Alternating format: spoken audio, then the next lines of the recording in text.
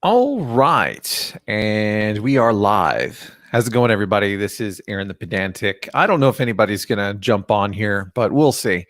I just wanted to do a little something today. I know I've been kind of quiet, but today is a special day. For those who don't know, today is Gygax Day, which, from everything I gather, is Gygax's birthday. And given the fact that there are those out there that have less than favorable opinions of Gygax and like to share them frequently, I think it's important to celebrate the man, because without him, we really wouldn't have AD&D. We wouldn't have a lot of Greyhawk, for instance, Keep on the Borderlands. The hobby would not be what it is now. Who knows how long it would have taken for things to go along the way that they did without Gygax being there to work with Arneson and make things really happen. Now, I'm not a historian, like some of my friends. I'm friends with the guy who did the documentary Secrets of Blackmore, which I ordered. There are some copies left. You can get them online. The secretsofblackmore.com at the store. You can get copies of it, which, does a great job of showing what Arneson did. Gygax made shit happen. And for that, he really deserves all the credit that people give him, I have to say. We have Dark Knight with us. How's it going, man? Hey man, I just got off a Invisible College game. I realized I have my headphones. Okay, I can hear you. Yeah, and I was just got out of an Invisible College game like literally 2 seconds ago. So Oh, we'll circle back to that in just a minute, because we're going to talk about just the love of RPGs and of our dear Saint Gary Gygax. Yeah, I'm not. So I think it's always dangerous to deify people, or all that kind of thing. But at the same time, the dude was the man. I know everybody has vices, and people like to point out vices and all that kind of stuff, but he accomplished some incredible things with what is basically just a nerd's game. I mean, look at it now. I mean, look at what it did in the past. It was so damn good that people had to freak out and assume that it was the absolute worst and try and drive it from the face of the planet. It was the One Punch Man of gaming, really. If you think about it, it has this relatively even the actual manga where it had this humble beginning and it just blew up into this massive phenomenon. Mm-hmm. It's like you can't replicate it. And you love those underdog stories. It's great. Yeah. I'm kind of ashamed that I don't know more than I do about everything that happened. I have spent a lot of time trying to soak up as much information as I can, just because it's really fascinating how everything unfolded, because it was obviously wow, this seems to be really taking off. Wow, this really seems to be taking off, just constantly. We have some comments. Lizard says, I don't know, this new D&D game uses proprietary dice. I don't think I can invest in a game like that. It does, doesn't it? Yeah. Those dadgum polyhedrals. Why couldn't it just be six-siders? Oh man. Gary was the businessman that drove everything, Malaki says. Yes. And it's really you can't state that enough. Let's say I wouldn't just say he wasn't just the businessman. I'd say he is like I don't know. There's just something more to it, because businessman just seems like he was just in it for the money. I think in his soul, Gary did really love the game. Oh, absolutely. Yeah, I don't doubt that for a minute. I honestly, I think it probably would have been a lot shittier if he didn't absolutely love it. And plus, I mean, the dude was already a gamer for a long time. Yeah. I mean, if you want to see what Gary's vision of D&D would have looked like if he was just a businessman who didn't care, just look at what what was her name? The woman of the infamous woman of second edition. It wasn't Laura Bloom. It was Lorraine Williams. That was it, Lorraine Williams. Okay, Yeah, that. Okay. Look at second edition's bland, not blandness, but it's like saturation, like sanitation, I should say, how sanitized it is, and that would be D&D from the start. I think Jim Ward said he had a hand in some of that sanitation. So you know, it's kind of, he had a good argument for it, I have to say. Let's catch up on comments. I don't want to, I always get so far behind on it. No, I get you. So Nicholas says, I didn't like Secrets of Blackmore. It came off as very biased to me. I agree that Arneson deserves more credit, but it felt like an angry documentary by Arneson's friend and family. So I know Griff, the guy who made it, and he seems to be pretty even-handed, on his own opinions. If a lot of the opinions that he collected were coming across that way, I mean, maybe that was just what people gave him. I really can't say one way or the other. He doesn't seem to have any animosity or anything like that. He doesn't seem to. So I wouldn't. I don't know. It's an interesting thought. I do know that you're not the only one who has said that, and I think that he has basically said that he just believes that it's kind of a shame that people don't really know who Arneson is for the most part. Yeah. But let's not dwell on it too much. I don't want to go too much on that because it is Gary's day. It's Gary's days, damn it. Yeah, it's Gary's day. Yeah, that's fair. That's fair. Kringle says he put it all on the line and went into major debt, all in the hopes that role-playing games would pay off. Others helped, but nobody else went all in and risked their future. Now, I can't really say declaratively about that last part, but I mean, he definitely did go all in, and he had kind of a rough. I mean, he had some highs and lows, from by all accounts. I mean, man, those white lines, man, those white lines really messed him up in the end. Yeah. Again, I'm not trying. No, when I was talking about highs and lows, what I was talking about is how there was the great escalation in popularity. Doing gaming at the Playboy Mansion and all that kind of stuff, being on TV shows, and then walking into work one day and finding out that you're fired. So I wasn't trying to make a pun. My brain didn't even make that connection. I was just saying that he was riding coattails, and he deserved it. You got to live the high life, man. He earned it.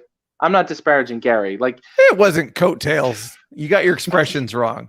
Coattails is when you're riding on somebody else's success. So sorry. He was riding high on his own success, I meant to say. But it's just, there you go. And I feel really bad for him as well. He got screwed so hard. Got screwed. Yeah, man. It's whatever people we'll just say with the Arneson thing, whatever bad stuff Gary may or may not have done to Arneson, he still didn't deserve that. What they did to him was so fucked. Yeah. So Malaki says, I always look at it as a 50-50 split. You cannot have D&D without both of them. Yeah, it's hard to imagine, that could be the case, especially because, all right, so look at it this way. Arneson is basically the one who made the fantastical, role-playing game thing happen for the most part. And then Gary is the one who, I mean, in my opinion, kind of perfected it, because if you look at what a lot of the Arneson stuff, it's kind of convoluted, and the dude had so many ideas and all that kind of stuff, but Gary put it down into something workable in a lot of ways. And AD&D, in my opinion, is a masterpiece, and that's Gary's baby. I mean, he did that. I mean, he did that with some help, certainly. But yeah, I absolutely believe that you definitely need both of them. I think that's a great way to look at it. Now, well, actually, I was about to say something potentially controversial and say that, if there wouldn't have, no, I'm not going to say that, but I'm going to say that the Gygax, absolutely, it was essential to push things in the way that he did. K5K says happy Gygax day. Let's see. Real D&D only needs D6s. Alternative combat is for chumps. So I guess you play with chainmail, and I'd be willing to try that sometime, especially because from Okay. From what I understand, you handle combats in a lot less roles, but that may be because there's more behind the scenes as far as like calculations and stuff. I don't know. I haven't tried chainmail. Maybe somebody can shed some light on it, but it sounds cool from what I've heard. Without Gygax, I wouldn't be watching a stream today. Yes, like I have much to thank Gygax for. Like the game you and above all. You and I wouldn't be playing together, so I thank Gygax for that. Yeah. I mean, it's okay. So just like who I was before I started playing D&D was somebody who, I mean, kind of just worked and time with the kids, like great life and everything. It's just that I can't deny the fact that my life has been enriched since I started playing D&D, because then I started putting more energy into these endeavors that are ultimately social, and of course the channel would never have happened ever. The closest I would have ever come to was maybe doing like a video gaming channel, and we have too many of those as it is. We don't need more of those. No. So, and like I'm glad like cuz I met Avanice, and he's such a sweet guy, sweet guy, Yeah, are you talking about like sweet dude, that's wonderful, sweet. Wholesome.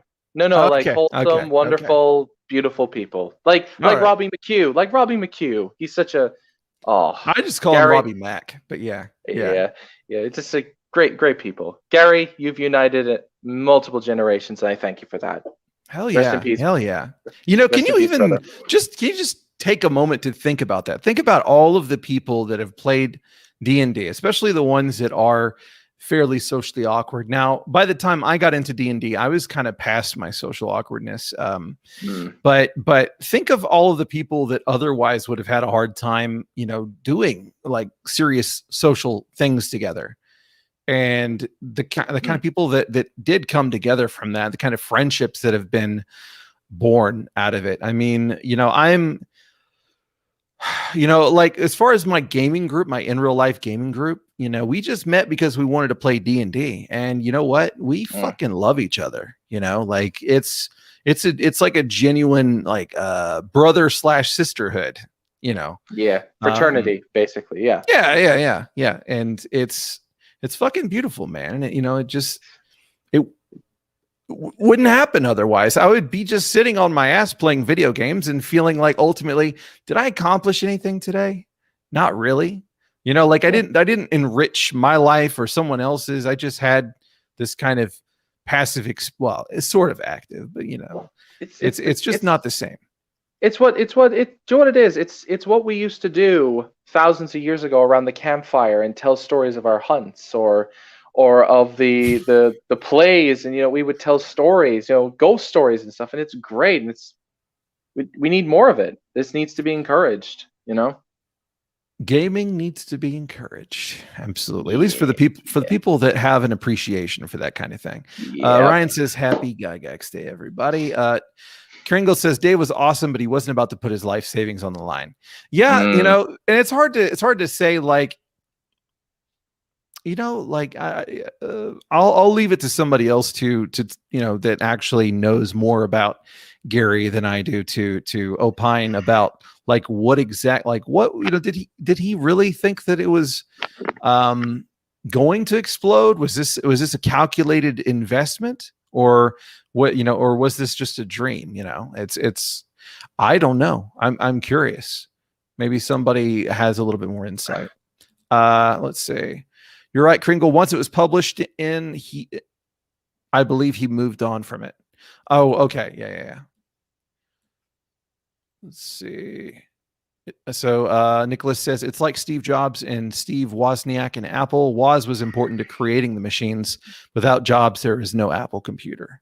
Yeah, you got to have somebody like that, pretty much with anything that's some kind of big endeavor. You got your creative mind, and Gygax is also a creative mind. So you got two creative minds there, but you got to have somebody who knows business. I think Gary was, although a very creative guy, he was the guy with the vision. Arneson was the guy who drove the more fluid aspects, like the creative side.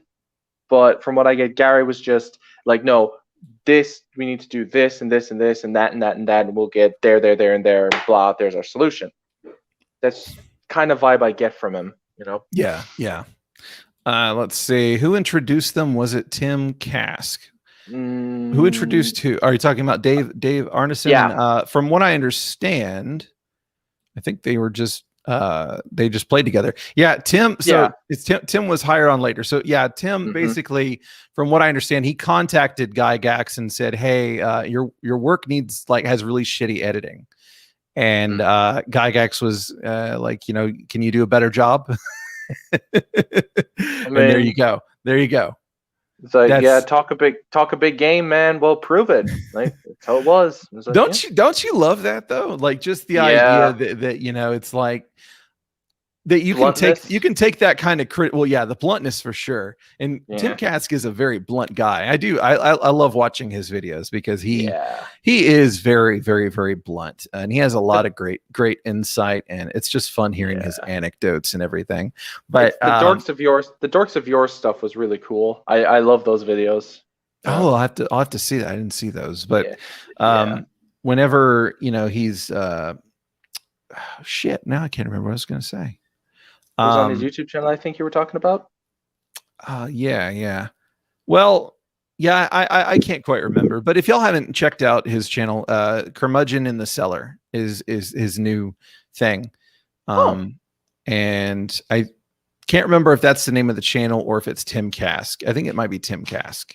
I think it's just his name. Yeah. So go and check that out. D&D led me to LARPing, which taught me 1, social skills, and 2, to avoid gamers like the plague. Okay, so there's some stories here that we could definitely gain from hearing. Malaki says, from my understanding, Gary believed in it wholeheartedly. You'd have to. I bet he did. Like it takes a lot to put everything on the line like that. So we got Fiore. How's it going, Fiore? Hey, man. We may have Fiore. We'll see. Maybe he'll chime in at some point. He might have just been popping in to lurk. Let's see. We are one big brotherhood, everyone but Fiore. We all got to kill that guy. Oh, well, speak of the devil, and you will summon him. There he is. From what I know of the story, someone brought Dave to Gary's house to run a game for him, but I cannot remember who the person was. Yeah. As far as a lot of those details go, kind of hazy. I've looked into a lot of them. I don't have them like committed to memory. But it does sound vaguely familiar, which, it's, it is what it is. Yeah, it is what it is. And, it's really a shame that, that their friendship I think from what I had heard, they had kind of made amends before the end, which is great to hear, that, even if maybe in their heart of hearts, they didn't believe it, they at least took the effort to try, which is good, Yeah. So Kringle Lynch says, why do we need to unalive Fury again? And then he clarifies, I don't think he has ever died in an RPG. He has. So he actually died in my game on last Monday. And I'm sure he's died before that. Fury, haven't you had? I think he hasn't died in DCC. Was it Fiore or was it Lynchpin who died in remember the fighter quest where we had to save the Lord's kid? That was it. Yeah, it was Lynch. Yeah. Oh, that was horrible. He died horrible. He was so close to one more day and he would have made it. That damn random encounter. Oh god. Random encounters are an unforgiving, cruel mistress, and damn it, that's why I love them. You just never know. Especially whenever you got a surprise check, fucking things. Oh god. So really, like this stream, I just wanted to take a moment to just share that. I haven't really been online much today. Somebody shared to me that. Oh, we heard you there. Okay, sorry about that. I was going to say yes, I have died on quite a few occasions. I have not died in DCC yet. There it is. Sir Basil died to the freaking Batman on that same quest. Yeah, that was it. Yeah, he did die. I knew there it. Were a few deaths. There were a few deaths. That was horrible. Basil died inside the inn, if I remember correctly. Yeah, he was fighting to the death of that freaking Batman. that fucking don't call it a Batman, it's a man bat. that man bat, whatever. That Ponzi kid cost us two PCs. My God, if I didn't get a keep out of it, I'd have skinned his ass. Yeah, we're gonna have to continue the revenge quest sometime. Make a bet what's gonna happen first, the revenge quest or Hyper Bowl. I've actually contacted Chelsea. I commented, and she even said she's still interested in doing it. You talked to my woman behind my. And South. I kid. No, I just commented on her video, and I just mentioned the Hyper Bowl, and she was like, "Fuck yeah, let's do it." And I was like, So Fiore, any thoughts on the greatness of Gary Gygax? Oh yeah, I've got quite a few things to say. If it weren't for him, we might not be here today talking in this very chat, on the stream. Oh, see, I thought you were trying to say that his game actually caused political leaders to play together and have a good time, and it diffused tensions, and otherwise we would be currently in a nuclear fallout. But I'll go with that too. We wouldn't be here. Wow. If only that were the case. Yeah. But Fiore and I wouldn't be playing Lion and Dragon together, and we had a blast. Oh yeah. So so anybody who's watching the recording, really we're just I just wanted to say the stuff about Gary because he's fucking awesome, and a lot of people shit on him, unfortunately, and we gotta counteract that shit, because positivity, that's right. Hence, from this point on, it's probably just going to be us talking about our games. So if that doesn't interest you, that's okay, and we'll take any questions, comments, anything like that. So it's a great time to just chime in and just get our opinions on stuff, or show us your opinions. So but yeah, so tell us about your line. I would like to also mention that while he didn't do everything perfect, I think that Gary definitely, he had the vision. Without him, Arneson's ideas wouldn't have came to the spotlight. Yeah. That's the thing. Even Cask was saying that Arneson's stuff was hard to edit, and I don't blame him because, quite frankly, I don't think Arneson would have thought, "Oh, this stuff's going to get published." So he was just quickly writing down his stuff. So I don't fault him for that. My DM notes are messy as well. That's kind of the charm of it. You just my Curse of Strahd book is riddled with highlight notes and sticky notes and handwriting about stuff for my world building in it and stuff. And I can look back on those moments and just think, "Oh, I remember that campaign. That was fun."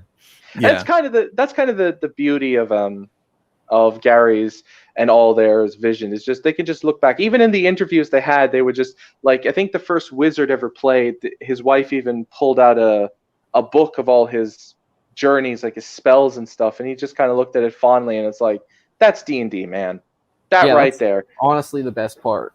Yeah.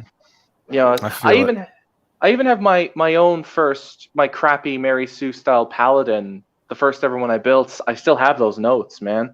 And I'm gonna, as bad and cringy as they are, I will always cherish it because that back in the 5e days, huh? Yeah, back in the 5e days. My profile pic is technically, I shouldn't say it's the first character I ever made for D&D, but it's the one I played in a long-term campaign. Yeah. I mean, minus the fact that it's the profile pic is a Doge. I think my first character was a half-elf vengeance paladin. Yeah, and I think I gave him a pseudonym because he was royalty or something who got sold to the Underdark. Because I think they're the Drow had taken over his kingdom or some shit. It's real kind of edgelord stuff, I wasn't great. I was fucking 21. So. Oh, sorry. Real quick, I think this would be a fun thing to do is just for people to share their favorite Gygax quotes. And K5K started the trend, perhaps. He says, best Gygax quotes, always give a monster an even break. It's DMG page 110. Now, I don't know the context of that off the top of my head. Can you explain exactly what he was trying to say as far as an even break? I think it means like in a chance to escape, I think. Like morale checks or something, like, because it basically, you don't want the monsters to be mindless psychopaths and just have no self-preservation, unless they're mindless, like a feral animal or an undead or an ooze or things like that, things that have no brains. So give them intelligence. Exactly. Yeah, basically. We'll see what K5K says. He'll probably follow up. I know probably. That man. Unless he's busy, he might be busy. Who knows? I did enjoy this comment. He says, "That's it. We need to get Congress to play D&D in a live stream. Suddenly, things start to get done. Instead of Critical Role, it can be called Political Lull." And Malaki says, "No, that won't happen. They'll spend the whole time rules lawing each other." And I gotta say, like that would put a whole new. Does that mean the judicial branch is going to be running the game? Probably. Or executive would be playing. And legislative would be writing it, I guess. And they'll probably be the weirdest West Marches games ever. Yeah, what would be even funnier is that they'd be looking through the rules on poisoning so that they could do it to each other in real life. Oh, well, let's. I joke. I joke. Yeah.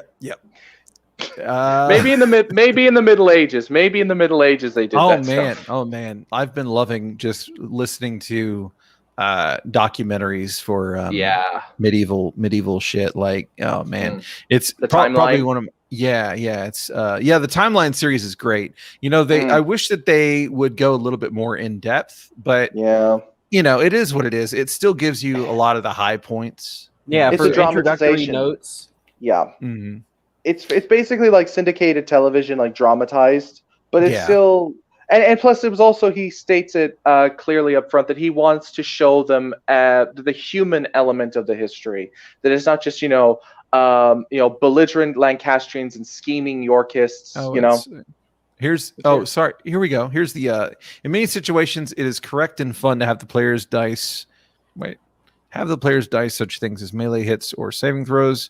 However, it is your right to control the dice at any point and to roll dice for players. I love that. I wish that more people were comfortable with that. I mean, in my case, I have no problem with a DM rolling. Just about. I would be okay playing in a game where I don't roll any dice. The DM rolls all the dice and then just tells me what happens, and I just state my intent. I'd be okay with that game. But whenever I'm running games, typically I'll restrict the I'm rolling dice for you thing to like search checks and stealth stealth and stuff like that. I think that's I wish that more people were comfortable with that. I think it'd be fun to play a style of D&D that's just like kind of like how people said that Gygax used to do it, where he's the man behind the screen, and really it's like he has your filing cabinet, he has the voice of God. Yeah, and he has your character sheets. You don't even know what your fucking character sheet says on it. You don't know your stats. All you're doing is you're in a situation and you're saying what you're going to do, and he tells you what the result is. And I think there's some purity in that. That's just really cool. The next level stuff would be like you have speakers in your room and you don't even see the DM at all. He just kind of speaks through the speakers in another room with like a soundboard and everything, That'd be just like next level stuff. K5K says it's about his view on the DM's privilege, nay, right to overturn the dice results. Well, there are some times where I'm not going. Well, so okay, I'm going to say that I prefer the honesty, even though I know that it can be at the expense of fun. I'll take that shortcoming. And there are people that they don't really agree with that they would prefer the fun and, you know, to let the dice usually inform things, but not to the expense of the game. But I am not that person, just because I don't want the players to ever think that I'm being partial. I'm really, really, really anal about that. But yeah, I'm weird like that, where I as a player will demand that no, you pull no punches, let the dice fall to me. But if I'm a DM, I'm like, but I don't want to hurt my players because I don't want to be mean. I'm weird like that. I'm just weird. I'm just too much of a softie. Malaki says, I found one of my first characters a basic edition dwarf on a 3x5 card. That's awesome, man. That's like, you know, if it was the first, especially, I'd be like, frame it, you know, put it on the wall and frame it. Yeah, I still have all my old stuff in a binder somewhere. Man, I treated that shit like crap. I don't even know where my first sheets are. Like, I'm bad with things. So Meme Boy the Gamer says the essence of a role-playing game is it is a group cooperative experience. That is so damn true. And a lot of people, whenever they first start playing, they learn very quickly that whenever they try to play the game as if it were their favorite novel, and you know, with like a main protagonist, maybe two, you know, it doesn't quite work out the same exactly, unless like that's the whole group. It's more like the A team. That's how I really view D&D. You got to be like the A team, man. That ties back into niche protection. You know, you got the smooth talker, the leader, the muscle, and the demolition expert. Yep. Yeah, that's everyone, man. And you got to respect that, you know. And that's why it's damn important to have somebody who is the face, but not everything. You know, you can't have the perfect character, even though a lot of people like to try and bridge things over and stuff like that. Niche protection is present in the A team, even though I think all of them are at least somewhat competent in punching people. Yeah, it's just but they're all fighters, you know, but they just have, we'll say it's like a skill-based system rather than being D&D. I just use them as a template for yeah, definitely. But if I were to pick a quote, it's not so much a quote, it's a sentiment. It's the whole thing of, and I've said it a few times, where people would call Gary and say, "Hey, Gary, what's your ruling on this?" And he goes back to him and say, "Well, what did your DM say?" And he said, "Well, he said this." "Well, that's the right answer," and just hang up. That's it. I didn't hear it that way. I heard it that it was if it was the DM calling him, then he would say, what was your ruling? Which, you know, I would respect both of those, really. I would respect both of them. I do love that. I mean, there are times when the DM maybe is doing a poor job or whatever, but I love the idea that he's not considering himself, you know, the arbiter, you know, from a high position or anything like that, as far as that goes. Like, even though if you look at a lot of the stuff that he wrote, you know, he talks about how, you know, like this is like the, you know, basically that the rules are important, all that kind of stuff. You know, there is stuff like that in there also, but there's also just kind of this, I don't know, a spirit, I guess, of making rulings it your over own. rules. Rulings No, over rules. I don't know if I would say that. I don't know if he went there, especially, you know, with AD&D. What he was trying to do was tournament game. You know, these are the rules. You know, that kind of thing. Yeah, that's what I was trying to get at earlier. He didn't get everything right. That was definitely a part of the $T$R era. Rockstar Gary. Or like you need to use only the official Dungeons and Dragons more miniatures, that kind of thing. But you know, he was trying to sell stuff. You know, he's like, again, could we really fault him on that, considering he made it the success that it became? You know, I mean, Malaki says my favorite quotes are his puns. He loved puns and told them to Steven Chenault of Troll Lord Games all the time, and would wait for him to get them. I love that. I didn't know that he was a pun master, but I really respect that. That would kind of explain the Ravenloft puns in the crypt. Yeah. Oh, I'm not. I don't know. I haven't looked into Ravenloft before, really. other than just to complain about the 5e version, which, you know, now I'm looking back and I'm like, I'm not really big on the complainy as much. So here's another quote. I already did that. Role-playing isn't storytelling. If the dungeon master is directing it, it's not a game. Gary Gygax. I think I've seen that before. It was in an interview, kind of late, maybe like early 2010s, something like that. I don't know, or maybe like late 2000 aughts, you know.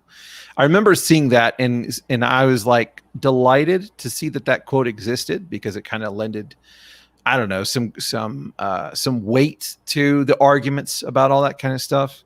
There's actually a meme quote that Gary would say, "A DM only rolls the dice because of the noise they make." And he said that He said that 2007. He said that in 2007. That one was. And then there was the one about the great secret is that they don't need our books, our rule books, our rules. Exactly. Yeah. Which again, like, that really just kind of tells me that people that go too obsessed into what exactly was it that he wanted in the game. You know, should we play exactly like, you know, is it proper? Is it proper? You know, all that kind of stuff. I do think that they maybe, I think that might be the real him, but it's hard to say, you know, because I feel like that one would probably be the real him, though, because I mean, that's one of those truths there where it's like, yeah, you know, you don't have to sell it to you anymore. So like, it's kind of like the person giving their confession on their deathbed, you know, about, you know, in my opinion. But anyway, let's see.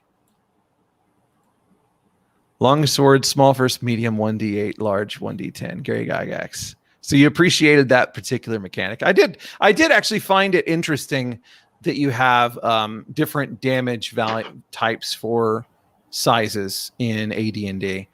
And it did, you know, like one of them that I found particularly amusing was using a sling or a bullet from a sling, how it does extra damage on the larger target. I actually really appreciate that, just because it's like David and Goliath. David and Goliath, yeah. But I don't get why would a longsword do more damage to a larger target? Like, that's weird to me. I don't know. Maybe it's because there's more flesh to cut up. Maybe kind of. I don't know. So, oh, sorry. Go ahead. No, I'm just like I'm. Oh shit! You got super chat, boy. What? You got instead of just pennies, you got Craft, a whole $5. Matty Craft, first super chat, boys. First ever. Thanks, man. Thanks. So let me see what it says. Drive by super chat. Is that what it says? Come on. Yeah. Get you a whole Subway sandwich, bro. Yeah. Did it? Oh, it lights up too. That's cool. That's cool. Okay. That's dope. Well, not a whole one, because I think Google gets half of that. I think. Oh, well, I mean, you're making pennies on your ad, right? Yeah, pennies. Yeah. So, but well, the ad that's not playing. You know, I'm not gonna put ads on this video. You know, because it's Gary's day. It's in memoriam. Yeah, it is. Now, it doesn't mean Google won't, but I'm not gonna. Yeah, but Google's tasteless, so you know. Let's see here. Oh yeah, so I found this amusing. If y'all missed it, we were just kind of riffing about how, you know, D&D could save the world by having political leaders play together. So Lizard says you fail your alertness roll, which, by the way, what the hell is an alertness roll? Versus Putin's attempt to dose you with polonium. Don't bother rolling a save. Yeah. Or actually, it's not roll a save. It's okay. Roll 3d6. I would say no. He rolls. The attacker rolls an attack roll. If it hits you, you die. It's like, yeah, no, there's no saving that. You're dead. Cuba's casting magic missile roll 2. What is it? A DCC magic missile, dude? Castro rolled a nat 20 and just really be spell burning out here. Yeah, spell burning and rolled a nat 20 on the check apparently. Oh god. Kennedy rolled a nat one. Y'all are memeing up that chat, and I appreciate it. It's like Kennedy rolled that nat one on that. No. It's too soon. No, it's too soon. I'm talking about the storming Cuba thing, not the other thing. Oh, okay. So David Babbitt says storytelling games are not RPGs, neither are diceless games. I beg to differ. I have played a diceless RPG. Lords of Olympus? Lords of Olympus. And though, yes, it does not use randomization, it does have ways of working things out.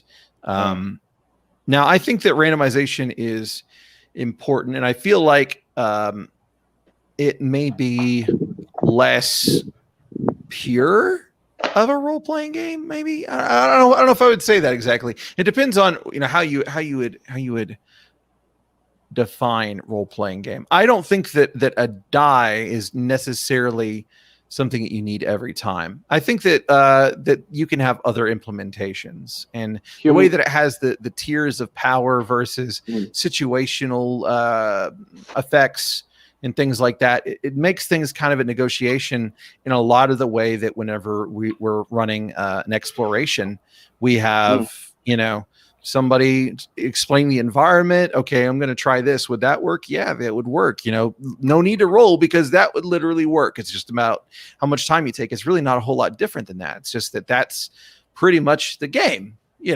So I would disagree with that last part. Storytelling games are not RPGs. I would agree with that.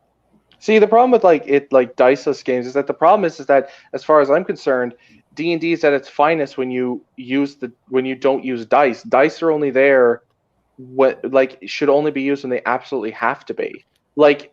There's no greater randomizer than the human mind. I'm about to be a golden mean advocate. What's the advocate? There's some defaming way to put it that I was gonna say. Fucking. I know. Not thinking error. Logical fallacy. Thinking, I guess, golden mean fallacy or whatever, and just try to say that obviously you don't want to rely on the dice too much, because then you're really engaging too much into the randomness, and a lot of times there just isn't really a need for it. But I also think that if you don't do enough of it, then it starts to feel, I don't know. See, people are going to say, you're clearly pointing out that the diceless game's not good then. But, I'll just say that for D&D, I do appreciate the dice. Oh, I do too. But, Yeah. Let's see. Players love rolling dice. The problem is when they know their character failed at something, the character doesn't know it failed. Yeah. So that's the whole reason why I think the quote about the players being okay with the DMs rolling the dice, or the DM being okay with rolling the dice for them, is good. Yeah, because your thief doesn't know if he succeeded that stealth check. He doesn't know, Yeah. So basically, what Keith says here: if you overturn the dice, then the dice mean nothing. If the dice mean nothing, you're just telling a story. Yeah. So, and again, just me personally, I wouldn't confuse that with diceless necessarily, because your resolution is different. But if you ignore your resolution because you have a certain particular outcome that you want, then you're telling a story. That's even to me, you're not really telling a story, but it's closer to that. It's a pre-generated narrative, basically. That's how I would put it. Rather than a story. See, that's the thing. Story to me is now a neutral term, because you can still get stories out of RPGs. It's narratives I have a problem with. When you construct a narrative, that's where I have a problem.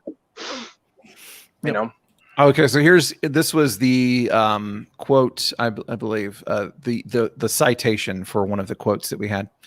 Let's see here. K5K says timely, which unfortunately by now it might not be timely, and I'm sorry. He says advanced D&D is unquestionably humanocentric, which, by the way, I learned that somebody pointed out that And anthrocentric is actually the actual term. But we always say humanocentric. With demi-humans, semi-humans, and humanoids in various orbits around the sun of humanity, men are the worst monsters. I love that quote. And there's your sword and sorcery appendix and influence there. With that right there. And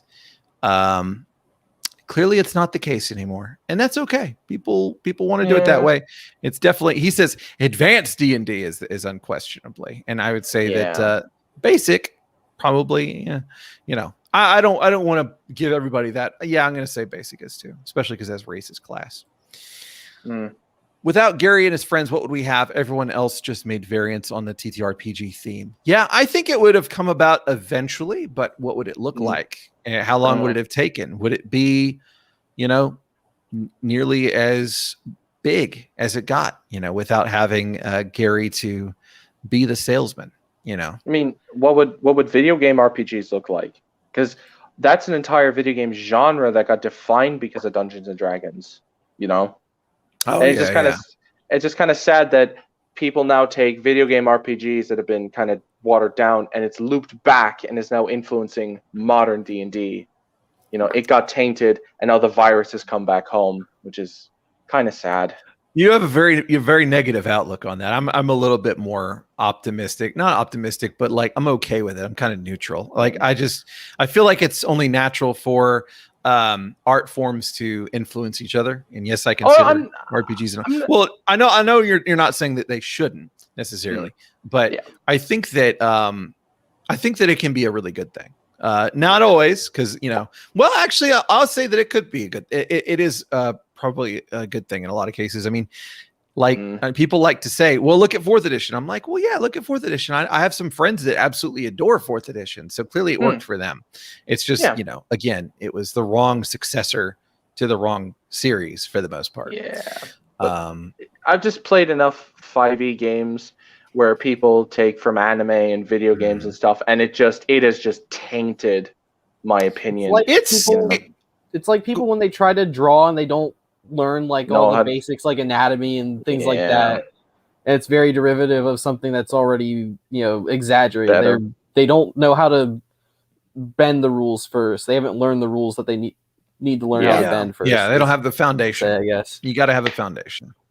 Yeah. Malaki says, I hate to say it, but if it wasn't Gary, it would have been Ken St. Andre. It's probably true. I don't actually know Ken St. Andre. Ken St. Andre is Tunnels and Trolls. Oh, right. Oh, okay. Right. Recently had some people mad at him. I don't know if that ever fixed or whatever. Shock horror, right? Yeah. Getting mad. You know how it is. I know exactly how it is. Sessions involve tricking the bee into going somewhere he doesn't want to go. The bee? I don't know. The beast? I don't know. It just says bee. The one for Expedition to Barrier Peak has his initials on it. I feel like I missed something, but I did hear that there was something like that where he put his initials in there. I guess B.A. Baracus was the barbarian archetype. Probably something called barbarian or fighter, like the epitome of fighter, Yeah, I'd probably give it more to probably Beowulf or Conan, but maybe. Well, no, he's just talking about out of A-Team. Oh, right. I haven't watched much of A-Team, so my older brother watched it more than I did, so it was before my time. I want to watch more of it, honestly. I do too. It just was before my time. Yeah, me too. I've just seen like little snippets, and then I watched the movie that had oh shoot, I can't remember there. Had Bradley Cooper, I think, was one of the guys, and I think it had Liam Neeson. Yeah. It was a good movie, in my opinion. Probably the people that loved the A-Team back in the day, they're probably like, this movie's garbage, but I think the guy from Hangover was in it as well. I think you have to say which one. I don't remember because I don't remember Galifianakis. The guy with the curly Bradley hair. Cooper. Yeah, it was Bradley Cooper. Yeah, sure. I didn't know that was. I'm terrible with actors' names. So I only know their faces. I have a serious problem where I can pick out actors and actresses' names off of like, like just like I can hear a million different voices and I know who it is. And like if they're doing voiceovers or whatever, I'm always like, oh, or if they just appear in things. For some, I don't know why I have that thing, because I'm not even like that much of a what's the term? Is it like cinephile or movie buff? I call them. Yeah, it would be cinephile or movie buff, as I'd call them. Let's see. Barbarian class with the pitying archetype. I pity the fool. Oh yeah. I was actually thinking before we went on this the last discussion. What class was Mr. T? Probably would have to be either a fighter. That's B.A. Baracus. That's who we were talking about before. Oh, I didn't know that was his real name. The character's name. That's a character's name. Yeah. Right. Yeah. I would have known that if it wasn't T. for the films.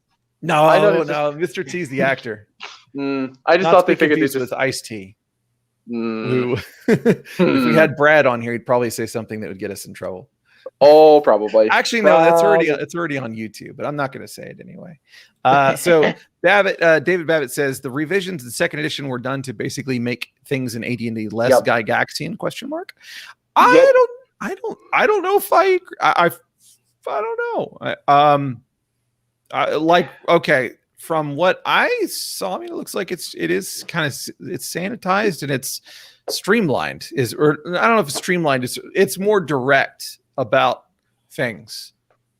Yeah, probably, because it still has Thaco, it still has priests and druids. The only thing they really took out were the devil. Well, they didn't even take them out. They just changed the names. Yeah. They changed the names. And Tanari. File off the serial number. Yeah, exactly. Which is, so I get. Well, the Inappropriate Characters actually had the guy. What was it? James Wood. Jim Wood. Yeah. And he even said, I get why. I understand why, but it still kind of hurts that they felt the need to censor. And I get why, but it still hurts, But it probably helped. And I say that because I live in a place where there's still a lot of people that can't play. Like their parents won't let them because of the reputation, and it probably would have only been worse if. I guess I speak from an area of we'll say I would say I'm fortunate that where I live in the part of the world that you don't have this kind of, or at least not for a while, had this kind of religious fundamentalism. Well, we'll go with that. Let's say without Blaine says, without Gary, I would have never learned about all the different pole arms, and can see how one would be fascinated by them. That's true. There was a serious love for pole arms, and I respect that. A lot of people really don't appreciate just how great of an instrument they were for war. Mm-hmm. But Aaron, particularly just the spear itself. Yeah. Question. Greatest pole arm. Actually, I'll ask both of you. What's your pick for the best pole arm out there? Because I'll tell you mine. The Bec de Corban. I love Macro's beak. I didn't know that name for it, but that's actually the one I was thinking of. That's the one it's got the thing beak on it. Yeah, it's got the beak on it, and doesn't it have like a blade on it too, or on the front, or is it like a hammer? Well, see, like the thing is, like Lindy Base points out that they're all a Swiss Army knife, so they just have different names for different arrangements. So basically, it has a hammer, a big long. If you took your thumb and your pinky and extended them as far as they could go, it'd have a spike about that long. Yeah. A long beak at the end. That's the one I was thinking of. Yeah. But what was actually kind of cool is I learned, because I was thinking about, what would be kind of cool if I ever wrote a comic, whatever, have someone use a Bec de Corban to hook people on the leg or on the back. And I found out that in manuscripts, they actually did that in the Middle Ages. I'm like, I thought that was my idea. But then I realized, no. Thinking great minds think alike. It's already exactly. Been done. Yeah, it's like, no, I was thinking, I came to that conclusion on my own. So I was medieval authentic on my own. That's exactly what I was saying. I was like, yay, I'm smart. But pole arms are awesome. I get why Gary loves them. They are one of the best. Spears are one of the greatest melee weapons ever. Changed my mind. Okay. So Babbitt says that it was from a quote from Gary that they were trying to take the name out. Which that hurts. See, that's right. That was part of the great shafting that I so yeah. Let's see. What else do we have here? Kringle says, Kringle says the people who made all the rules of D&D were the first people to ignore them or throw them away. Only later did the rules become viewed as laws. I don't know. Before my time. Maybe. Well, kind of. It's one of those things. That does seem to be an opinion that is widely shared among those who played around Gary. So it seems like to me kind of a truism. It's like it's that kind of thing that people say, whether or not it's really factual. It's kind of asserted as being true because maybe they use different rules, but they still use rules. I'm not saying I'm a huge particular fan of rules lawyering, but you still got to have a foundation, man. They just had a different foundation, you know? Yeah. So I understand what you're saying. Let's see. What? I am not too big for you small folk with my no, I am not. I'm sitting here reading almost nothing else except for I get one super chat. Aaron's too big for us. No. Okay. Let's see. So we got a clarification here. David Babbitt says that the storytelling games are not RPGs, neither are diceless games. That was a Gygax quote. Okay. Well, so like I said, I will disagree with him from time to time. If you agree with like your heroes 100%, then that's either a very big coincidence or maybe you don't have maybe do some develop a little bit of your personal philosophy. Yeah. Mayhaps.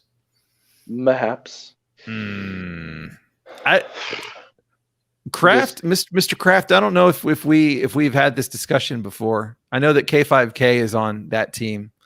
Let's see. Oh yeah. Okay, diceless games are still narratives.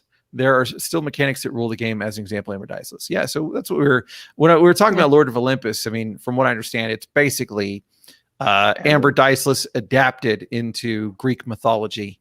Yep. I don't know how much pundit like change things on it, but as soon as I spend £50 sterling getting a used copy of Amber, I will let you know.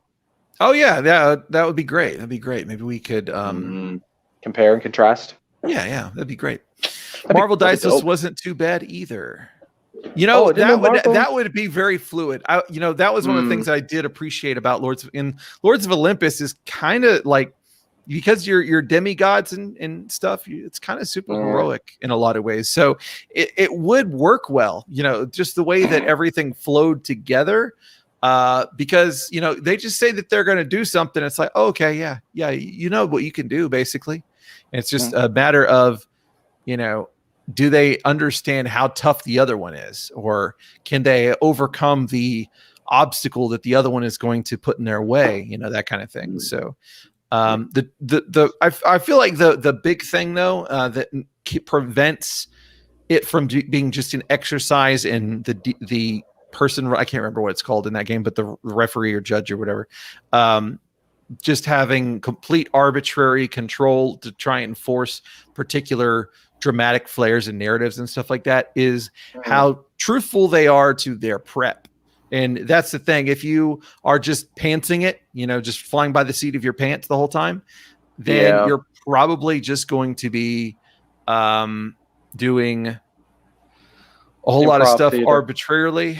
And then, then it is basically, improv theater. I wouldn't say storytelling because it's not the accurate term. I wouldn't even. Opinion, I know. I'm just clarifying for everybody else. I know that. Yeah. Well, I know. Like I'm saying, like I wouldn't say go that far because at least the improv has some guidelines to it, so it's not even that. It's just, But yeah, you got two more. Chat. You got two more actually. Two. Yeah, K5K man, K5K from the land down under. He gave you $5. You're now a $15 heir. That's the hat. Yeah, that's the hat trick, man. So Matt, all right. Thanks, guys. Seriously, thank you guys so much. But Matt says second super chat. Now you're officially too big for everyone in the chat. and then K5K says, "Happy Gygax Day, roll for surprise." Well, consider me rolling a 6 because I did not expect any super chats. I was just like, I'll turn it on. Just we'll see. Yeah. But let me see if I can get back to where we were at because I had to scroll down for those. Yeah. I like the way Judd puts it here. He says, I've played a load of Amber-like diceless games, and they are high-trust RPGs, but not story games. High trust is big. I mean, whenever you can see them rolling the dice, looking at the dice, and you're just assuming that they're not just straight up lying to you, then it's a lot easier to kind of keep tabs on things than whenever it's all in their head. Like, what are you going to do? Show them on your sheet? Well, actually, I planned this one to have like this kind of precision, which means that it would actually override yours. Like you gonna do that? I don't know about that. Let's see. What the hell? Oh yeah, K5K says you're deliberately returning to story. I refuse. Gary was the Conan influence and Dave was the Lord of the Rings influence. That that could make a lot of sense. I don't know about that. No, because like from what I've heard and from what I've read of the advanced book, there's a lot of, and that's all Gary. There's a lot of Lord of the Rings influences. Like with the prose, like it seems very Tolkien in AD&D. At least that's what I gleaned from what I've heard. Are you talking about the like modules or setting material? The rule book specifically. I mean, so he had a very wordy way about him, but I wouldn't say it was Tolkien-esque. I'd say it was like Lovecraft.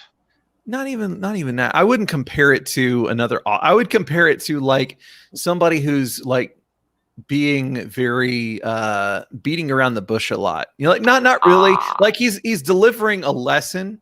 There's a great lesson there, but you kind of have to mine it a little bit. It's not direct. And there's just a lot of stuff you have to unpack with it. Where I wouldn't call it like he's trying to fill up the word count on his essay. No, I wouldn't say that. No. I think he respected a low page count. At least that's what the material. But then again, maybe it's just in comparison to what we have now, where it's like, here's my 500-page book. It's the written version of a stream of consciousness, like almost like he's not like rambling. That's not the right word, but it's the closest one I can think of. Where he's trying to get to the point, but it takes him a while to get to it. Yeah, so it likes to provide. He likes to provide a lot of examples, like in the middle of trying to explain it in the first place. So there are weird examples, like with the alignment chart, where like the example of lawful good is be like a blink dog or a unicorn. It's like, dude, you could have said like an angel, and people could have at least understood. It's like, oh god. Yeah. But as far as like the Conan influence, I think there could be some truth to that. Let's see. The GM has to allow for player actions to drive events. They have to be careful to adjudicate fairly. When that fails, it becomes a railroad story. Kind of, yeah. Let's see here. Well, I don't know if I'm going to read that one just because I don't want to start stuff.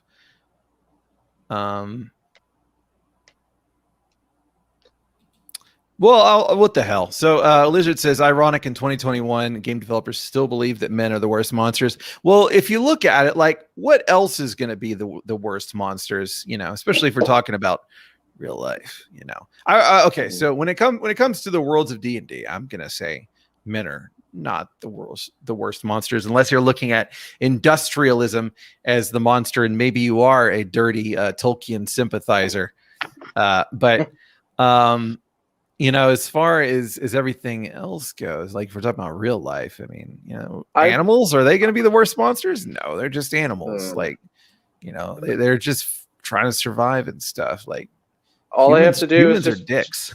All I have to do in terms of humans versus animals, look at how a chimp will behave around its children, and look at if you had a chimp and his child surrounded by 5 humans, that chimp would abandon its child to its fate.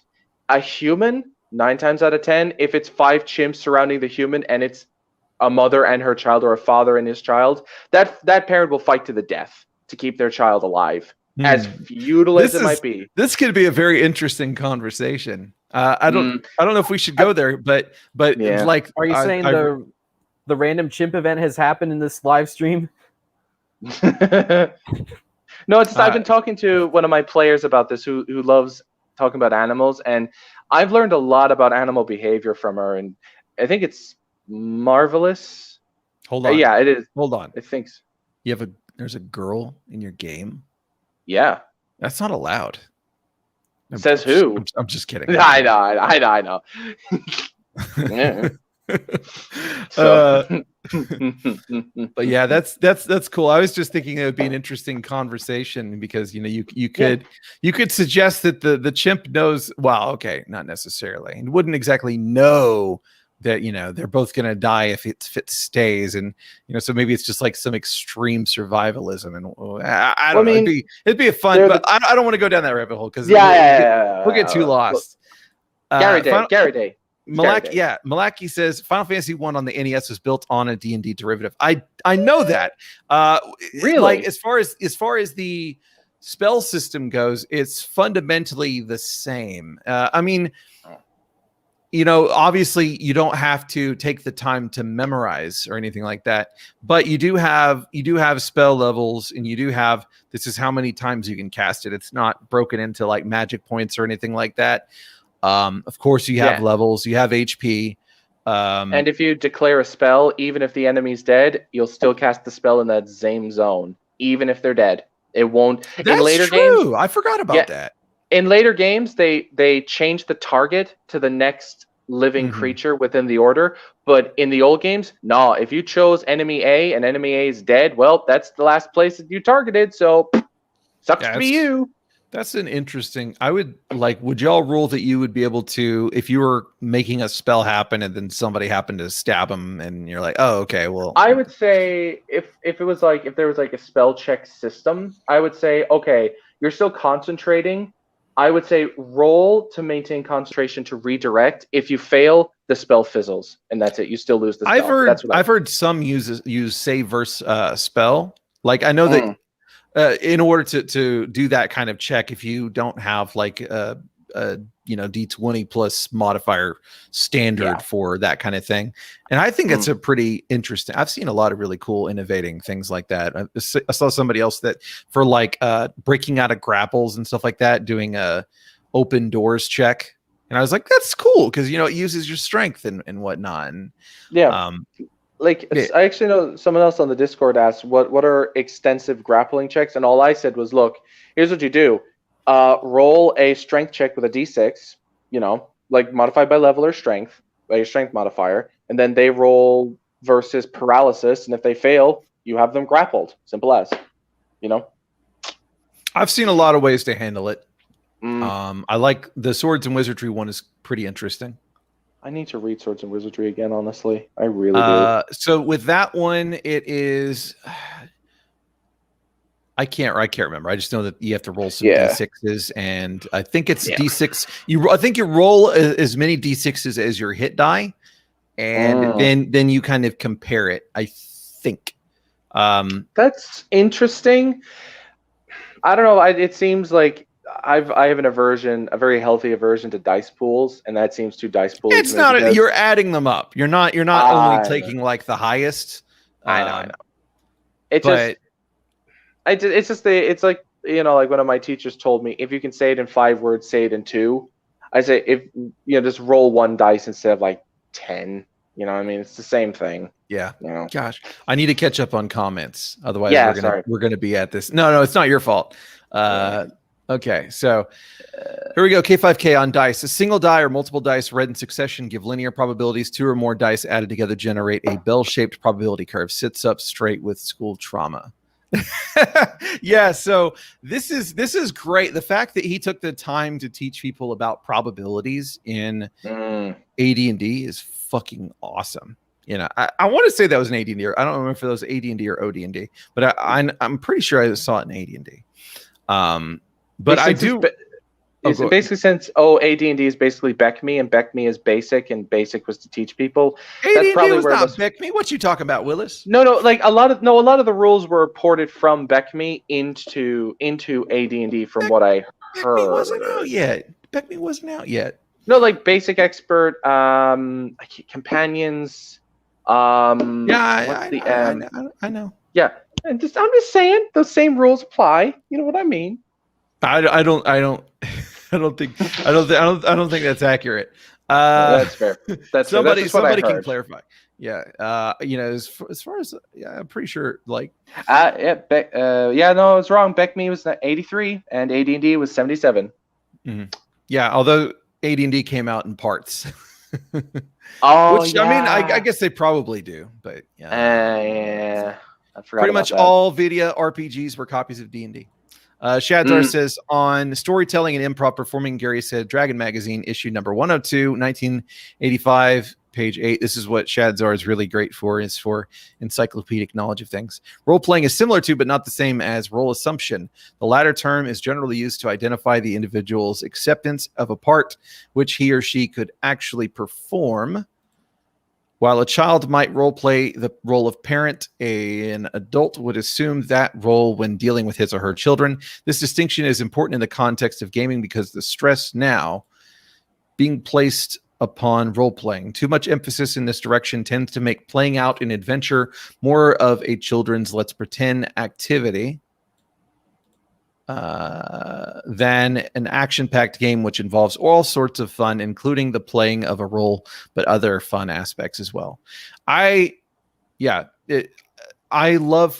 that. Obviously some people aren't gonna care for it because he's talking about them, and I'll just say that I've had fun playing in those kinds of games that do things like that. It's not my preference, and it kind of hurts a little bit if I'm having to do it too much. I do appreciate the other aspects, and I think the holistic approach is good. There definitely is a level of critical mass, though. So I do love that quote, and thanks for pulling that up, Shatar. Let's see. Okay, so yeah, K5K was saying the map for Barrier Peak says EGG built into the map. Barbarians don't pity fools. Are y'all still there? I can't hear y'all now. Oh yeah, no, I'm still. Yeah, here. I'm still okay. I'm just catching up on comments. I was just trying to find where the comments were. I'm trying to get here. All right, so the A Team, Malaki says the A Team rocks, and you guys need to watch more of it. I grew up on that. Yeah, there's a lot of great '80s stuff that I did not get to partake in because I was too busy playing sports. When I was a little guy. The big shows for me, whenever I was actually watching shows that had sci-fi, like fantasy type stuff, was like Stargate, SG-1, Futurama. I don't know. Like, it took me a while to really like. Star Wars. I watched Star Wars over and over for the most part. I didn't really get into Star Trek. And as far as fantasy goes, most of my love there came from books and video games and a little bit of TV, but not much. Yeah. Let's see. BS is Straight Fighter. I think he meant BA. Murdoch was a gnome tinker. Yeah, I like that. No, Murdoch. Yeah, but at the same time, people will probably be like, because they hate gnomes so bad, they'll probably be pissed off. Yeah. Kroll is the best analogy for D&D. Fight me. Yeah, so I loved Kroll. If you haven't seen it, it's definitely worth watching. Everything happens so fast, but it's a great game. Hawk the Slayer. I heard that's good. I need to watch that as well. Okay.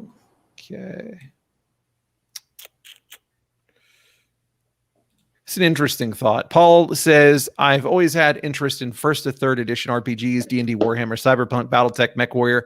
Seems like after 3rd edition, the games become more accessible, losing their edge and original intent.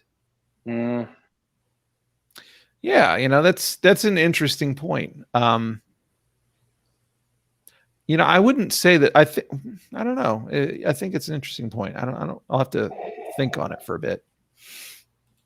It's only a matter of time before Kroll gets a reboot according to Total Party Skills. Someone should inquire about securing the rights to make an RPG out of it.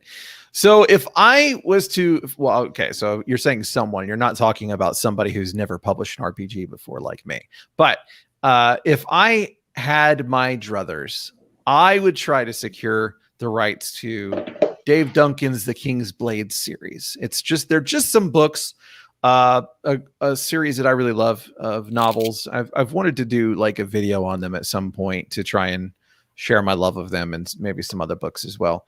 But I think that would be a fantastic RPG. It'd be a nice like low fantasy RPG, but I'm a nobody and I don't know how, like, the author's passed away and I don't know who I would contact other than maybe the publishing company to try and, but they're just going to be like, you're just some guy on YouTube. Blackie says, biggest changes off the top of my head from 1E to 2E. Noah Disaster Monk, Bard as a base class, and better Thaco progression for Thief. Base class. I thought Bard was a subclass of Thief or as a second. Yeah, as like an alternate type, kind of like you had Priest, and then you had Cleric and Druid. Yep. Yeah. Yep. It's a kit, basically. Yeah. Well, it kind of was a kit. Yeah. I also agree with this here. Shadzar says it isn't accessibility that does it, is watering them down to kitchen sink with no real theme anymore. Just being generic. Yeah. Yep. And I would say so obviously generic with D&D isn't really what you would want necessarily. But I know that Shadzar and I've already had discussions about how I'm kind of I've never really played like real D&D in that, using like official lore and all that kind of stuff. The closest I've done is use the assumptions that you get out of the material, and as far as how magic works and how spells work and all that kind of stuff, and make stuff out of it. But I wouldn't call that necessarily generic because it still has flavor. Okay. I'm not doing. All right. Paul says Kroll, such a bad yet good movie. There's nothing bad about that movie, so take it back. Total Party Skills. It's like the Elder Scrolls, Daggerfall and Morrowind were great, but Oblivion and Skyrim increasingly generic in order to get a large audience. Okay, so Daggerfall, I don't really. I've played a little bit of it, but Morrowind was the one that I put a whole ton of love into, and I would say that Morrowind felt, I don't know, just very, very alive and original. And I think there, you had, I don't know if you would say accessible or generic, because Skyrim, it felt unique. It felt kind of unique for what it was in a way. It had a lot of flavor, very specific to the region, of course, in which all of them are like that. But at the same time, the way that they watered down a lot of the systems which ultimately that would be an accessibility thing, because in Morrowind, you had a lot more options. You basically were able to determine how how your character grows in a lot more ways. You had major skills, minor skills, and miscellaneous skills in Morrowind. Yeah. And you could create your character's build and whatnot. It was not really reversible. You had it just, I don't know. It was just you had the ability to make your own spells. I think you had that in Oblivion too, but it's like they started taking stuff out like that. Yeah, they've been making my own spells. Yeah, you could I didn't play much of Morrowind, so I'm not going to say whether Morrowind was better or not, because I don't know. But just from what I've seen of it, the world building looks way cooler. Oh yeah, that's a big thing as well. They changed a lot of the lore around too. They there are problems with the whole luck base determining whether or not you hit something. That I can understand in a video game that would be really infuriating. I can understand why they did it in the first 2 games because it was still like sort of a pseudo 3D where there was, like there was 3D objects in the environment, but everything that you could interact with was like sprites almost. Yeah, I mean, like if you saw a dead body in Daggerfall, if you walked around it, you would see the actual 2D sprite turn with you in real time. It was hilarious. So it's like I love that kind of jankiness. It's aesthetic. Oh yeah, no, it's got a charm to it. Like I've grown tired of the movie, like the video game as movie, hyper realistic stuff. It's just soulless and boring because it's basically we made our game just like a movie. Yeah, that's why I play a video game, to watch a movie. Said no gamer ever. I've been blown away by some of that. Like I was just playing Red Dead Redemption 2. I don't want to get too much into video games, but yeah, I know I don't blame, but but I'll just say I do appreciate that. I appreciate the out there stuff too, though, and Paul says I honeymooned with my wife in Italy. Dude, that's awesome. That sounds like an awesome time. I'm so jealous. Was so cool going through the museums with early armor and weapons. The multi-shot crossbow was a real thing even back then. What? Are you serious?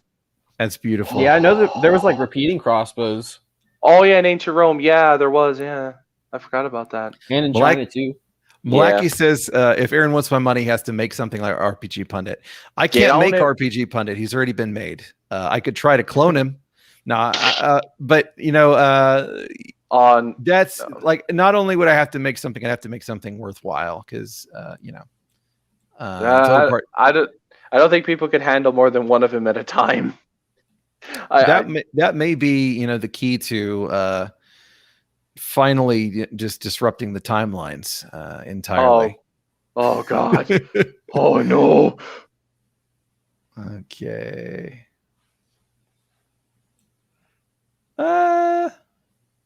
Let's see. Gary seemed to be more influenced by Vance and Paul Anderson. I could see that. Hence the verbosity. Oh yeah, well, Vance definitely had that call. I haven't read any of Paul Anderson's yet, but Vance Anderson definitely again. 3 Hearts, 3 Lions. Yeah, that was it. Right. Yeah. Gary loved The Hobbit. Didn't really care for the Lord of the Rings trilogy. In The Hobbit was like, The Hobbit was D&D to me in a way that Lord of the Rings trilogy really isn't. I know that not everybody is probably going to like that, but Lord of the Rings trilogy is Middle Earth role playing. I'm going to make a controversial take. I don't even think Middle Earth you could even really role play it properly because that world was constructed to tell a story. I don't know if you could role play that. Maybe I'm wrong. You could role play anything properly. What are you talking about? Really? Being an accountant?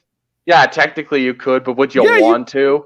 Somebody would. I go on itch.io and you will find it. You'll find the account. Yeah, I was about to say, I would find some sad, lonely, depressing people. I was about to say let's run that game where you're like the teenagers taking a smoking break. Oh God! I'm gonna play a dentist pulling teeth and paying my taxes. Oh God! Oh man!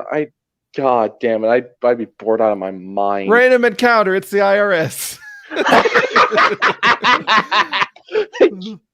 Let's see.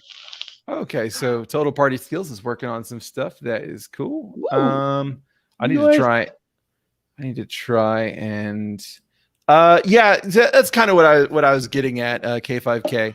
Well, I don't know if I was getting at that, but I did know that was really what he was driving at there. Like I've listened to some very, very terrible things before. Listened to, read some pretty awful accounts, and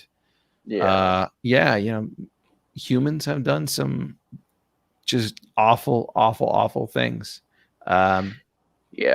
Well, I have to read the quote though for people that are just listening. He says, "I think the men are the worst monsters." Quote exists because we are capable of such terrible depravity, deeper than any animal can comprehend. And I agree with that mostly. I would disagree. I've heard. Of course you would. Yeah, and I am not just being contrarian. I have heard of who has here heard of the chimpanzee wars? I believe I have at one point. Yeah, exactly. Those wars show that chimpanzees are capable of the same kind of malice that humans are capable of doing. They are vicious animals. They really are. And if you think that humanity has a monopoly on vicious warfare, chimps nearly have us beat in that department too. Is it because they throw poop? No. They will go on raiding parties and attack weaker chimps and beat them to death or even eat them alive. Chimps are insane. Yeah, but at least they eat them. Oh, yeah, it's true. But don't they have a propensity for like torture? Yeah, torture, like mutilating their victims. Wow. Yep. But they'll even do that. We have them beat a little bit, and really, we share their DNA. So I would say we beat them just because of our sheer efficiency. We have a higher sense of empathy than they do. That's kind of the point I'm driving at. They don't care about other animal species. We do. We at least have that capacity. No. Brad is trying to be a bad influence. He says, "No, talk about video games." Yes, let's talk about video games. We are not talking about. We're not talking about your weeaboo games like Shin Megami Tensei, Brad. God damn it. So we can talk about video games in Hyperbole. That's what I was saying when I was doing this thing. Like priest, cleric, druid was thief, rogue, bard. So. I think the word kit kind of spoiled it because obviously the kit's barbarian and all that, ranger and all that stuff. Let's see. I'm trying to catch up on big ones. Papers and Paychecks. Yes, there it is. That's the RPG. I hear texting. That's me. Sorry. Me. That's him. That's me. I'm just responding to Iran. That's all. Lizard says 2E was my first D&D. Loved it. Hated descending AC though. That's one of the things where I'm perfectly okay with saying that ascending armor class is the better way to go for my stuff. I don't see why anybody would go back unless it's just how it's written. Let's see. Brad says, I'd love to watch Dark Knight play a game where he has to convert inventory from FIFO to LIFO. What even is that? FIFO to LIFO. It's probably some kind of accounting thing. Probably. Oh, it's inventory. So I don't know. I don't know. I ain't no numbers guy, Brad. Give him money and he might do it. Who knows? No, I'd probably go full chimpanzee and just wreck the inventory. I kid. Let's see. Keith says, meh, animals can do pretty heinous things. Animals just don't ponder their misdeeds after they're done. True. I'll concede that. That's fair. That's just a consequence of intelligence. Oh, yeah. Sorry, Shadzar. So Shadzar mentioned the emu wars of the 30s.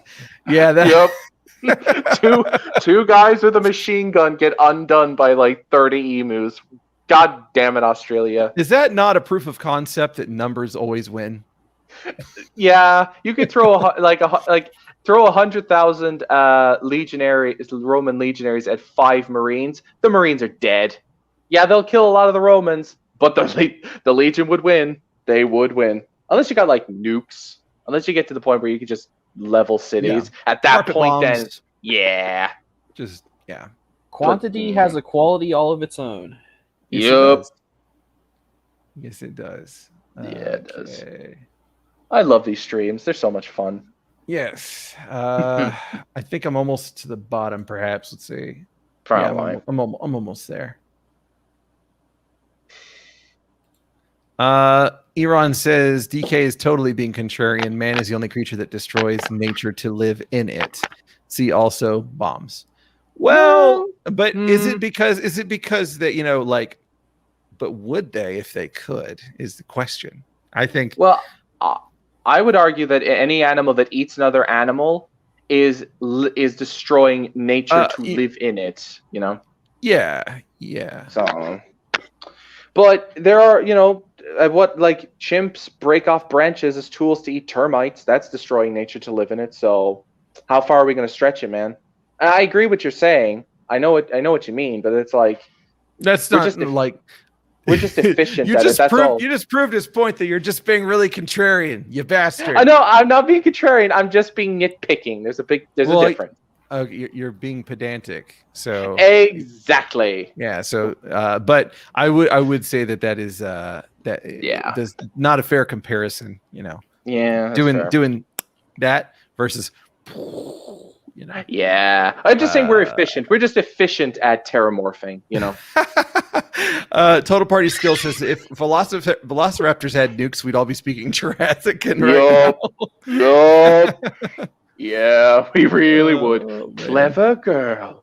That's all I gotta say. Lynchpin says if we have to talk about messed up predator species, I feel parasitic wasps need to be brought up. Oh God, I think I've heard about those. Like tarantula wasps. I think it's hilarious that there's a species of I'm not sure if this is what Lynchpin's talking about, but there's a species of wasp or like a parasite or something that specifically goes after cicadas. Even fucking wasps don't like cicadas. Yeah, there's tarantula wasps as well that will basically paralyze tarantulas and lay their eggs on top of them and leave the young to just. Yeah, I don't want to demonetize Aaron because it's pretty horrific. Yeah. Shadzar says Descending AC was based on war games and ship mechanics. It was created by Dave Arneson. Yeah, actually, I did know that. That's why First Class is supposed to be so best, you're saying Second Class is supposed to be the second best, and etc. So you're saying the plague of Descending Armor class is Arneson's fault? Got it. It's not a plague. It's just like that's just the first conception of it.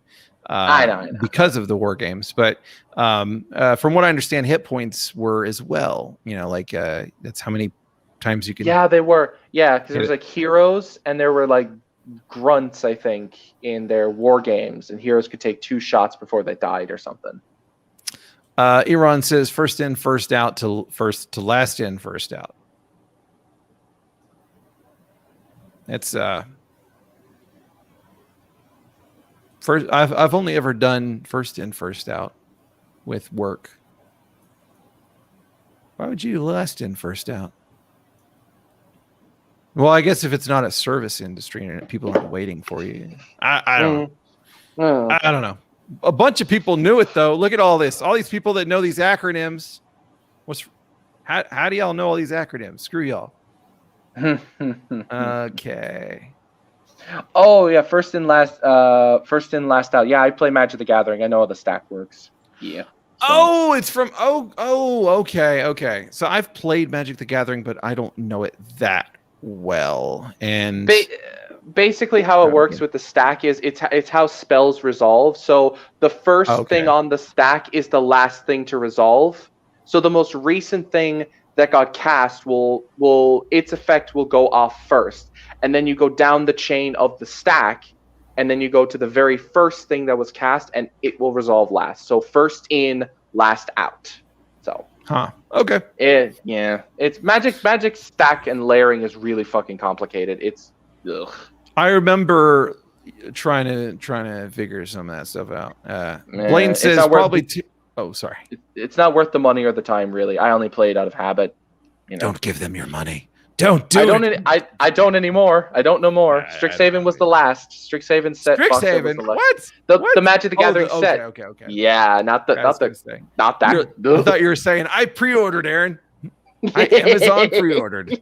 I'm so ready to have my Harry Potter adventures. If ever there's a Magic the Gathering book for D&D that I would buy, would be Theros, and I snubbed on this special cover on that. Because the guy who wrote one of the guys who wrote that actually blocked me on Twitter. The coward. he blocked me after. Well, okay, I was being kind of a dick, but still. Yeah, well, I deserved it, kind of, but I still. Blaine's getting facts here.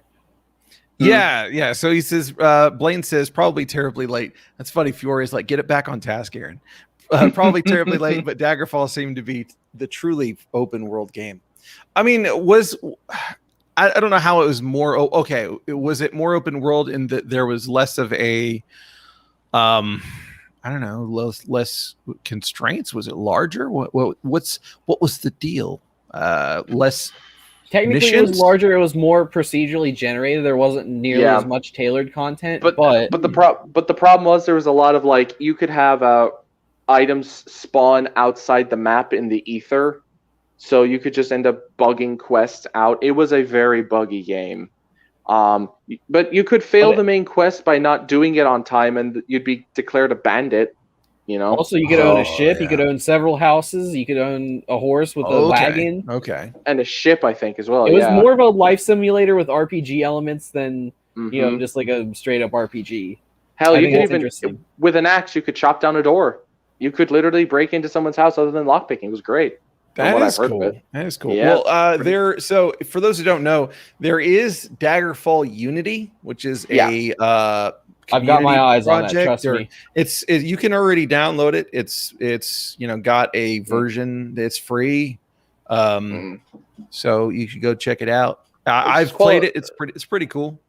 It's just quality of life stuff, really. It's all it really does from what I've heard of it. So. Oh yeah. If I ever get a better machine, if I ever get a better machine, then I'm going to get that like ASAP. Dude, my laptop can run it, so I'm sure you'd be fine. My laptop can barely run anything.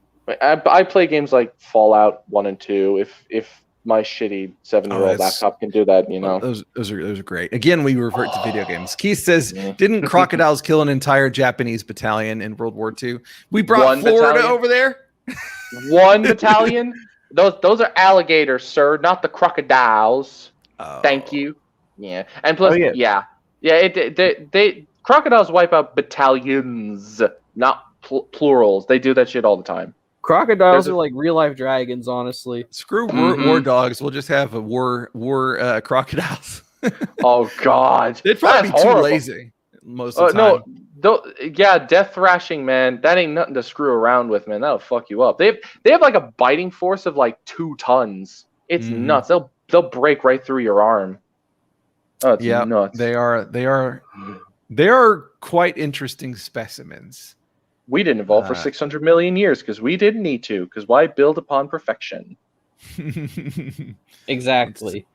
Brad says, talk about the influence of TTRPGs in Kichikuo and Sengoku rants. Oh, I don't play no again. I don't play no goddamn weeaboo simulators. Get. Shadzar says Aaron is rubbing off on DK. Don't let Chelsea find out. People don't need to be knowing about me rubbing off on people. Oh God! First I was talking to Chelsea behind Aaron's back, and now Aaron is making me more pedantic. Oh God, I am breaking this family apart. There'll be another divorce.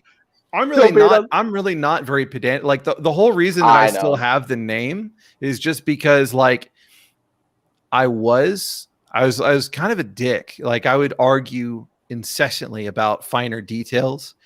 But I just kind of got tired of it. And then the problem is that people started recognizing the name, and I was like, well, shit, now that I'm not really pedantic anymore, I'd have to change my name, and then that's a whole thing. So I was just fuck, I'll just keep. Am I a Dark Knight? No, the name just stuck. Well, you are a knight enthusiast who has interest in the Dark Ages, possibly from Hibernia. Who knows? Yeah. Let's see.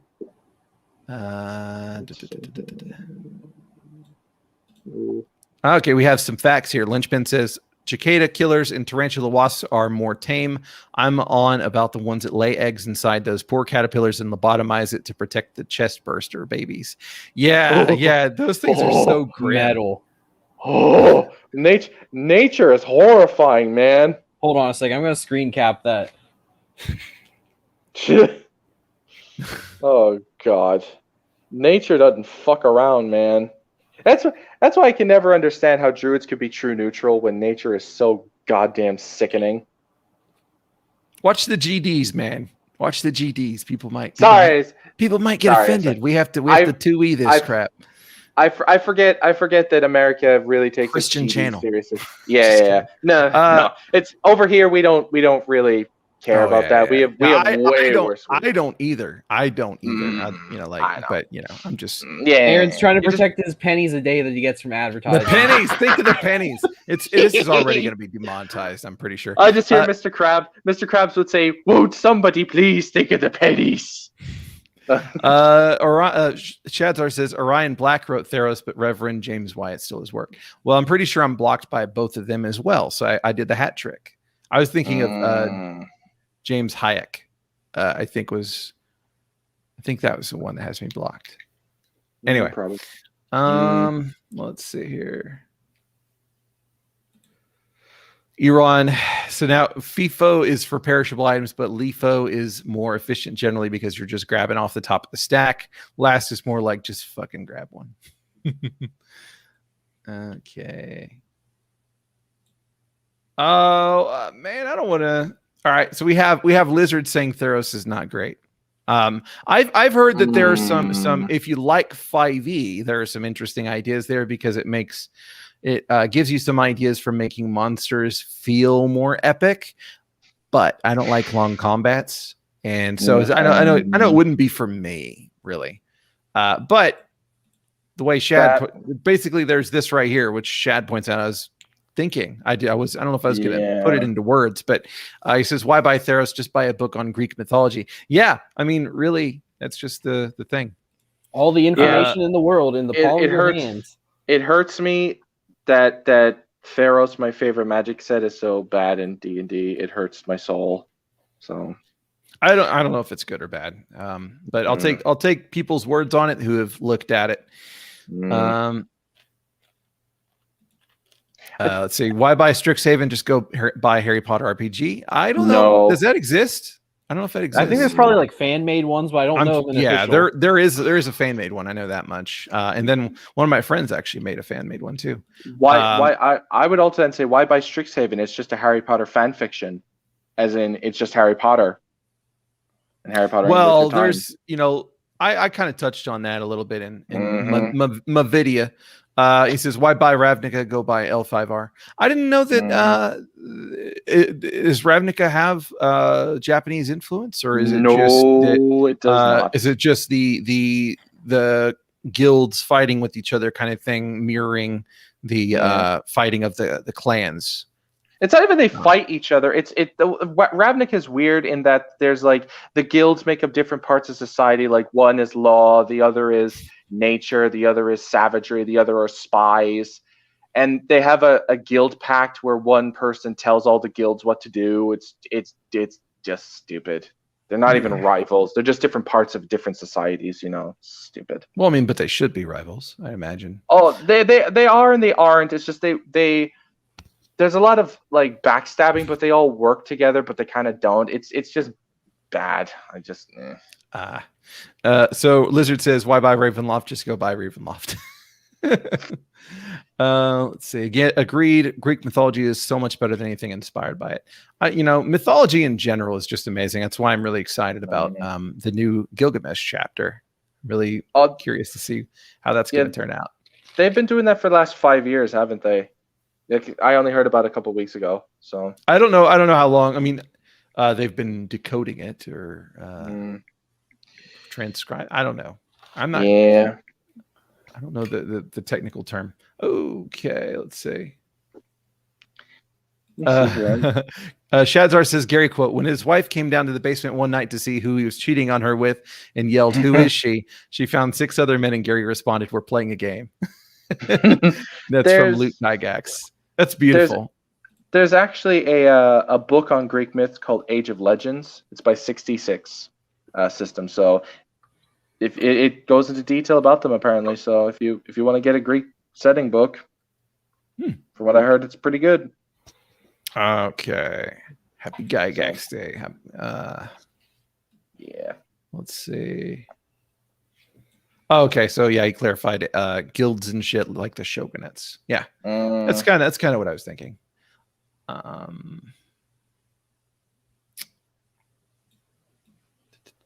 I made it to the bottom, basically. Nice. Okay. When are you going to get back to discussing video games? Well, I'm afraid that princess is in another castle, my friend. I am. We'll discuss video games whenever he streams SMT3 Nocturne.